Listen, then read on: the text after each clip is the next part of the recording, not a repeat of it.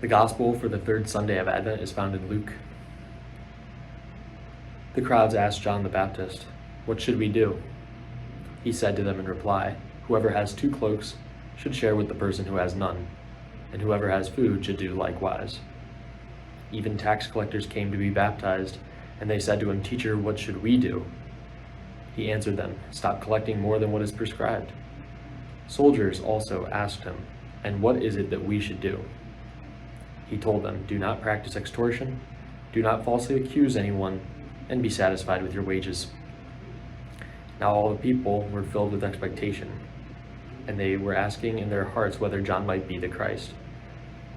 John answered them all, saying, "I am baptizing you with water, but one mightier than I is coming, and I am not worthy to loosen the thongs of his sandals. He will baptize you with the Holy Spirit and fire. His winnowing fan is in his hand to clear his threshing floor and to gather the wheat into his barn, but the chaff he will burn with unquenchable fire." Exhorting them in many other ways, he preached the good news to the people.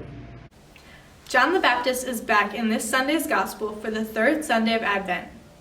Here the crowds, the tax collectors, and the soldiers are all asking him questions. Why? Because they think John is the Messiah that they've been waiting for. If John is the Messiah, then he must have all the answers that they are looking for. However, John knew who he was before the Lord. He knew he wasn't the Messiah. He knew his role was to point people to Jesus, who was the Messiah. John the Baptist is still working hard trying to clear the path for Jesus, who clears the path for us to follow him to salvation.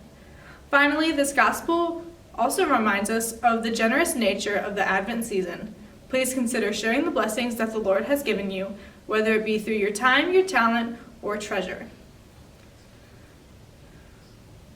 Lord, John the Baptist knew who he was and knew who you were. Help us to know who we are and strengthen us in our identity as beloved sons and daughters of God.